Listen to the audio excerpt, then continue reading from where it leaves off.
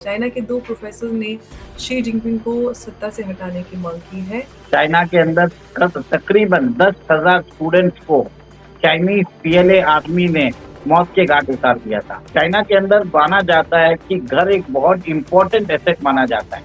Rented घर को वहां पे एक तरह से सोशल स्टिग्मा माना जाता है। जय हिंद, नमस्कार। मैं अंबर जैदी स्वागत करती हूँ आप सबका एक बार फिर से हमारे आज के कार्यक्रम में। और जैसे कि आप सब जानते हैं कि चाइना को लेकर कई सारी खबरें चल रही हैं। चाइना में इकोनॉमिक क्राइसिस है, इस तरह की खबरें कई बार आप सब देखते हैं, सुनते हैं।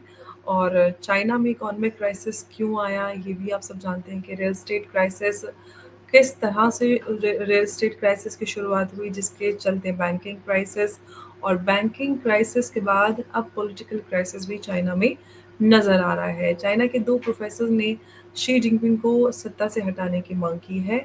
और जिस तरह के हालात चाइना में डेवलप हो रहे हैं, उस पे हम बात करेंगे। बात करने के लिए हमारे साथ मौजूद है उमेश अग्रवाल जी। उमेश जी, बहुत-बहुत स्वागत है आपका। जय हिंद, नमस्कार। जय सिया राम अंबर जी। जय सिया राम। उमेश जी, चाइना से खबर आई है कि चाइना के 2 प्रोफेसर्स ने शी जिनपिंग को हटाने की मांग उठाई है। किस तरह से देख रहे हैं आप इस खबर को? देखिए, इसके लिए हमें ये समझना पड़ेगा कि ये मांग उठी क्यों है। आपको याद होगा कि जून 4 1989 को चाइना के अंदर तियानमेन स्क्वायर के अंदर तकरीबन 10,000 स्टूडेंट्स को चाइनीज पीएलए आर्मी ने मौत के घाट उतार दिया था। यहाँ तक ऐसा हो गया था कि उन्होंने सड़कों पे टैंक भी उठा दिए थे। बट उसके बाद चाइना के अंदर एक तरह से शांति आई, स्टेबिलिटी आई और 30-35 साल चाइना बहुत अच्छी तरह से वो उसने ग्रो किया। बताया जाता है कि 1989 का भारत और 1989 के चाइना में कोई फर्क ही नहीं था। और आज चाइना हमारे से 5 गुना बढ़कर है, क्योंकि भारत की जीडीपी है $4 ट्रिलियन, चाइना की $20 ट्रिलियन की है। तो अब हमें समझना पड़ेगा कि अचानक ये क्या हुआ। देखिए, आप लोगों को मालूम होगा कि चाइना की जो 1/3 होती है जीडीपी, उनकी प्रॉपर्टी सेक्टर से आ रही है। और चाइना के अंदर माना जाता है कि घर एक बहुत इंपॉर्टेंट एसेट माना जाता है। वहाँ पे अगर आपके पास घर होता है तो ही आपको एक तरह से लड़की मिलती है। मतलब you can get married only after you have a house. Rented घर को वहाँ पे एक तरह से सोशल स्टिग्मा माना जाता है। तो इसके लिए चाइनीज क्या करते हैं, अपनी सेविंग्स सब उठा के घर के अंदर लगा देते हैं। और चाइना के अंदर एक प्रॉपर्टी बूम चल रहा था बहुत सालों से। और आपने देखा था कि कैसे 2021 में एवरग्रांड ने एक तरह से डिफॉल्ट किया। मतलब $300 बिलियन जो उनका ओवरसीज लोन था, उसको डिफॉल्ट कर दिया।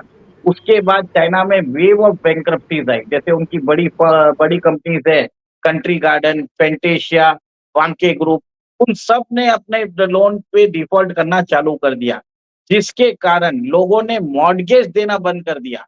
मतलब जो मॉर्गेज के लिए प्रीमियम देना, जो उनको देना पड़ता था बैंक को, वो देना बंद कर दिया। ये क्यों हुआ?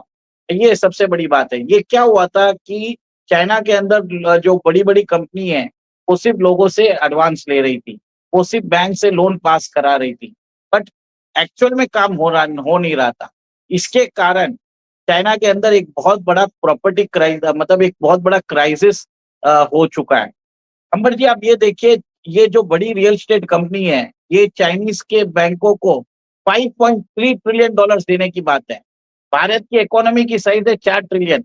इनकी आप सोच लीजिए, चाइना के अंदर प्रॉपर्टी की companies, they owe the banks $5.3 trillion.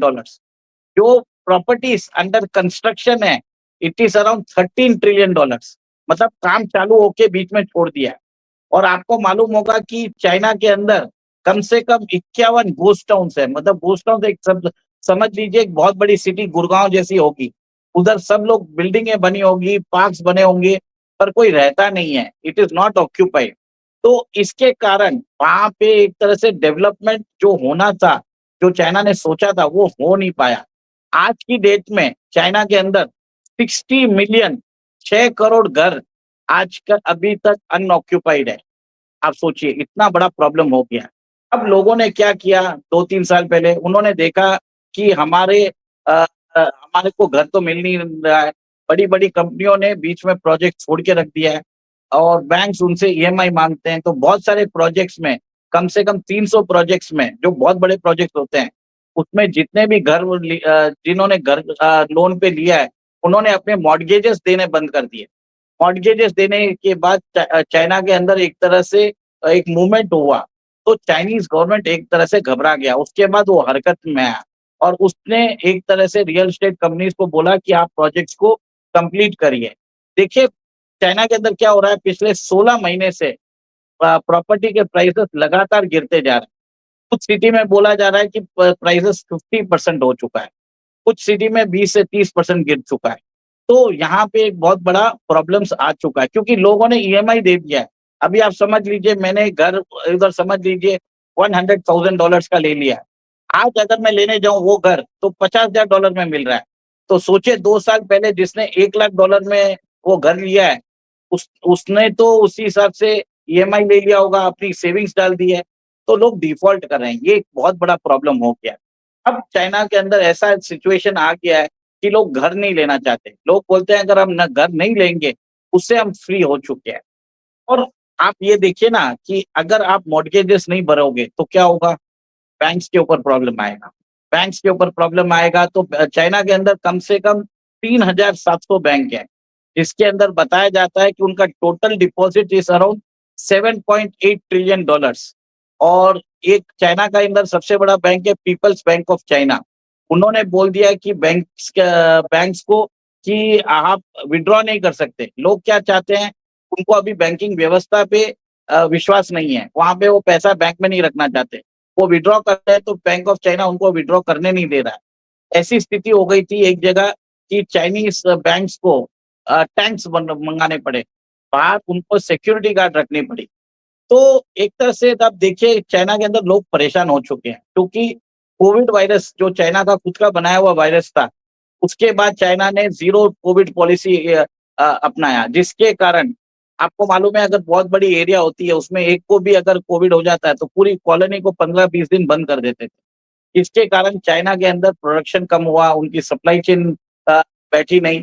तो अब वो वैसा है कि अंबर जी वो पूरा जो व्यवस्था है, वो चरमरा गया है। इकोनॉमी खत्म जैसी हो गई है।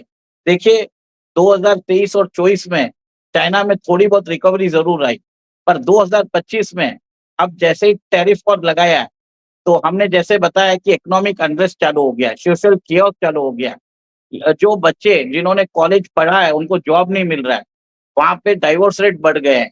तो जो लड़कियाँ हैं, वो नाइट क्लब में डांस करने जाती हैं, वो प्रोस्टिट्यूशन का काम कर रही हैं।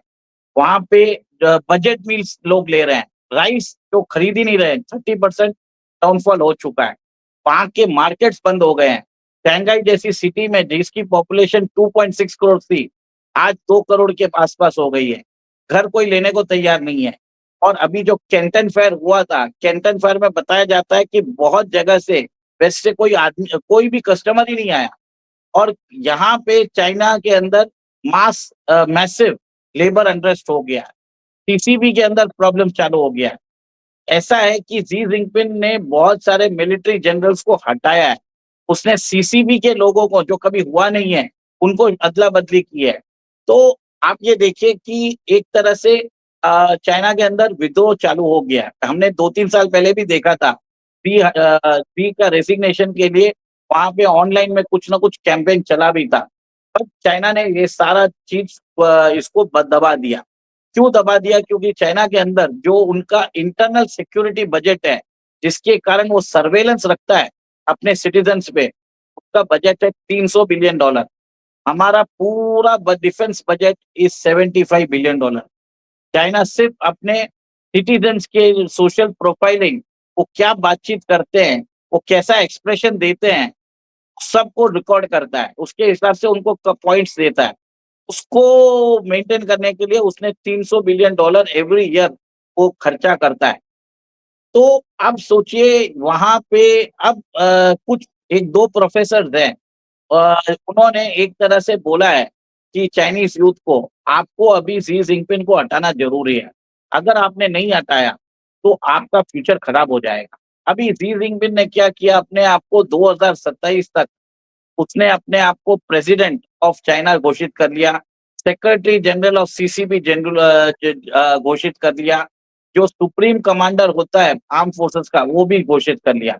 टोटल उसके पास अथॉरिटी उसके पास है। अब उसका पावर का जो टेस्टिंग फेस आएगा 2027 में आएगा, जब वहां पे सीसीपी की मीटिंग होगी।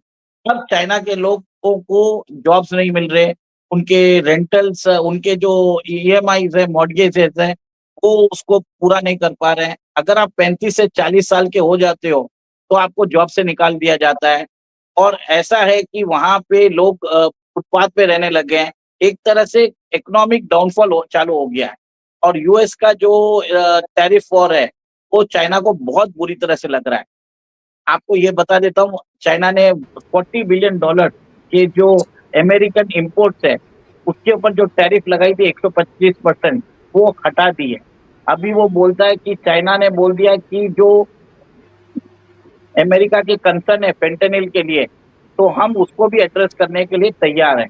और अभी वो अपने ऑफिशियल को भेज रहे हैं अमेरिका से बात करने के लिए टैरिफ के लिए। तो कहीं न कहीं अब चाइना का क्लाइम डाउन हो रहा है, क्योंकि वहाँ पे सोशल अनरेस्ट हो रहा है और शी जिनपिंग ऐसा डर गया है, उसको लग रहा है कि तियानमेन स्क्वायर 2 ना हो जाए और उसको उसको सत्ता से हटना पड़े। तो अब ये बात हो गई है। लेकिन उमेश जी, जो सबसे बड़ा सवाल ये है कि चाइना में शी जिनपिंग काफ़ी समय से सत्ता में बने हुए हैं, और जो अब चाइना में हालात बन गए हैं, इकोनॉमिक क्राइसिस और ये सारा कुछ, बैंकिंग और हर तरफ एक अनरेस्ट जैसी सिचुएशन बन गई है। ऐसे में जो शी जिनपिंग को हटाने की मांग है, ये कितनी पॉसिबल हो पाएगी? देखिए, चाइना के अंदर यूथ अनएम्प्लॉयमेंट वो 21% पहुँच चुका है। और लास्ट ईयर जॉब मार्केट में 1 करोड़ 20 लाख लोग आए, उनको जॉब नहीं मिल रहा है। और चाइना की पॉपुलेशन तकरीबन भारत जितनी है, 135-140 करोड़। तो आप ये देखिए, वहाँ पे 60 साल के ऊपर भी काम करने वाले लोग हैं, उनकी संख्या कम से कम 9 करोड़ 40 लाख बताई जाती है। तो आप ये सोचिए कि एक तरह से अगर ओल्डर पीपल रिटायर नहीं होते और यंगर जनरेशन को जॉब नहीं मिलता है, तो हुँ। कहीं न कहीं फैक्ट्री से लोग निकलेंगे। वहाँ पे जो यूथ है, जो जिन्होंने पैसा खर्चा किया है, वो ब्लू कॉलर जॉब्स में जाना नहीं चाहते। तो वहाँ पे मैन्युफैक्चरिंग में लोगों को प लोग नहीं मिल रहे हैं और आपको व्हाइट कॉलर जॉब्स नहीं मिल रहे हैं। हर जगह से प्रॉब्लम आ रहा है। प्रॉपर्टी सेक्टर में प्रॉब्लम आ रहा है, बैंक में प्रॉब्लम आ रहा है, आपकी जीविका में प्रॉब्लम आ रहा है और कोई ऐसा कुछ होप भी नहीं लग रहा है कि वो फ्यूचर में एक तरह से इम्प्रूवमेंट के चांसेस है। तो ये एक तरह से बोलते हैं साइलेंट रेवोल्यूशन है। इसको कभी भी इस ये जो होता है ना, पेंट अप एंगर होता है, ये कब उबल के आएगा हमें नहीं मालूम। और जिस हिसाब से इसको 35 साल से दबाया गया है, तियानमेन स्क्वायर के लोग भूले नहीं है। इतने दिन इसके लिए चुप थे क्योंकि इकोनॉमिक डेवलपमेंट हो रहा था। पर जब इकोनॉमिक डेवलपमेंट नहीं होएगा, तो उनके ऊपर जो रिस्ट्रिक्शंस लगे हैं, जो यंग जनरेशन है, वो सुनने वाला नहीं है। और चाइना में लोग अभी प्रोटेस्ट कर रहे हैं नोवल तरीके से। वो एक अजीब तरीके से प्रोटेस्ट करेंगे कि कहीं भी कुछ नहीं करेंगे, बोलते हैं हमको कुछ नहीं करना। तो यूथ के अंदर ऐसा हो जाता है कि वो कुछ नहीं करता है और आराम से बैठे रहते हैं। तो बहुत सारे प्रोटेस्ट हो रहे हैं चाइना के अंदर, आपको वो देखना ज़रूरी है। और शी जिनपिंग के अगेंस्ट ऑलरेडी चाइना के अंदर पॉलिटिकली लोग उसके बहुत सारे दुश्मन उसने खड़े कर दिए हैं, क्योंकि आते ही उसने जो प्रीवियस एडमिनिस्ट्रेशन के जनरल्स हैं उनको हटा दिया, उसने अपने लोगों को लेके आया, अपने लोगों में से भी लोगों को हटा रहा है, नए लोगों को लेके आ रहा है, तो एक तरह से उथल-पुथल कर रहा है। तो ये इतनी बड़ी कंट्री है, इसके अंदर इतना बड़ा चेंजेस इज़ नॉट डिज़ायरेबल। एक कंटिन्यूटी होनी ज़रूरी है। बिल्कुल, और कंटिन्यूटी होना ज़रूरी है, और लेकिन चाइना को लेकर ये बात भी कही जाती है कि चाइना में बदलाव इम्पॉसिबल है, शी जिनपिंग पूरी तरह से सत्ता में काबिज़ है, और कोई किसी को भी फ्रीडम ऑफ एक्सप्रेशन या स्पीच तो है ही नहीं। तो ऐसे में ये जो सोशल अनरेस्ट क्रिएट हो रहा है, एक क्राइसिस जैसी सिचुएशन चाइना में है, इसको लेकर भी ऑफ कोर्स सवाल लोगों के मन में यही है कि ऐसा पॉसिबल हो पाएगा, क्योंकि चाइना से खबरें भी बाहर निकलना, ये काफ़ी रेयर हो पाता है कि चाइना से खबरें बाहर निकल पाएँ कि वहाँ की सिचुएशन क्या है। तो ऐसे में अब देखते हैं कि चाइना में क्या हालात बनते हैं। यूएस और चाइना के बीच जो ट्रेड वॉर चल रहा है उसके चलते चाइना में जो इकोनॉमिक डाउनफॉल था वो और ज़्यादा गहरा गया है, उस सब के चलते एक सोशल अनरेस्ट जैसी सिचुएशन बन रही है। उमेश जी और कुछ ऐड करना चाहते हैं इससे पहले मैं बस आज के शो को समाप्त करूँ? बस एक और एक चीज है, शी जिनपिंग की एज बढ़ती जा रही है। He is not yet at all getting younger. बताया जाता है उसके कोई मेडिकल प्रॉब्लम्स है और धीरे धीरे बढ़ रहे हैं। और ऐसा जब चेंजेस आता है, कुछ चीजें बहुत सदियों बहुत सालों तक कोई चेंजेस नहीं आता, पर जब चेंजेस आता है कि कुछ एक हफ्ते में जो चेंजेस 100 साल में होना चाहिए वो उसमें हो जाते हैं। तो ऐसा नहीं होता कि कोई चेंजेस नहीं होगा, जब चेंजेस होंगे बहुत अचानक होगा चाइना में। और आप देखिए क्रैक नजर आ रहे हैं हमें, इकोनॉमिकल क्रैक, पॉलिटिकल क्रैक, और हर जगह चाइना के जो लोग हैं ना चाइना से परेशान हो चुके हैं। अब चाइना जी, पे कोई भरोसा नहीं करता, ट्रस्ट नहीं करता। जैसे भारत के ऊपर ट्रस्ट करते हैं, चाइना पे कोई ट्रस्ट नहीं करता। बस बिल्कुल। इसी से मैं यही बोलना चाहूंगा कि चाइना के जो इकोनॉमिक प्रॉब्लम्स है और जो पॉलिटिकल प्रॉब्लम्स है और बाद में अभी लीडरशिप इश्यूज भी आ गए, ये दिखाता है कि चाइना में कुछ भी सही नहीं है। बताया जाता है कि जो फ्रेट्स, जो यूएस, जो फ्रेट्स का दाम जो $8,000 लगाया जाता था उनका, वो अभी $2,000 हो चुके हैं। वहाँ जी, पे ऑर्डर कैंसिल हो रहे हैं। और देखिए बिल्कुल। फैक्ट्रीज में क्या होता है, जनरली अगर आपको ऑर्डर मिलता है $1 मिलियन का, तो आपको $1,000, $1 लाख ही उसका एडवांस मिलता है। 90% चाइनीज सप्लायर्स बैंक से लोन लेते हैं। अब क्या जी, है, अचानक टैरिफ बढ़ने से ऑर्डर्स कैंसिल हो गए, तो जो फैक्ट्री वाले हैं वो अपनी बैंक को पैसा भी नहीं दे पा रहे हैं। तो जी, लार्ज स्केल बिजनेस डिफॉल्ट भी होने की संभावना है, जिसके कारण चाइना में ग्रोथ कम होगा। तो बिल्कुल। ये सब डिटेल्स हम देख रहे हैं। और जिस हिसाब से चाइना के अंदर क्लाइम डाउन हो रहा है, इकोनॉमिक कोलैप्स, एक तरह से political regime change, social unrest, chaos, और किसको मालूम अगर कुछ और बढ़ गया तो चाइना के टुकड़े भी हो सकते हैं। उनका डेट टू जीडीपी ऑलरेडी 300% हो चुका है। जी, देखने वाली बिल्कुल। बात है, लोग अभी इस क्या बहुत जने इसको, मुझे मालूम है कि नहीं मानेंगे, बट डेटा देखने से मालूम पड़ जाता है, अगर आप जी, क्लियर कट डेटा देखें तो। इतना बिल्कुल। ही बोलूंगा। उमेश जी अमर जी, जी, जय सिया राम। बहुत-बहुत धन्यवाद। नमस्कार, जय हिंद, जय भारत। जय श्री राम।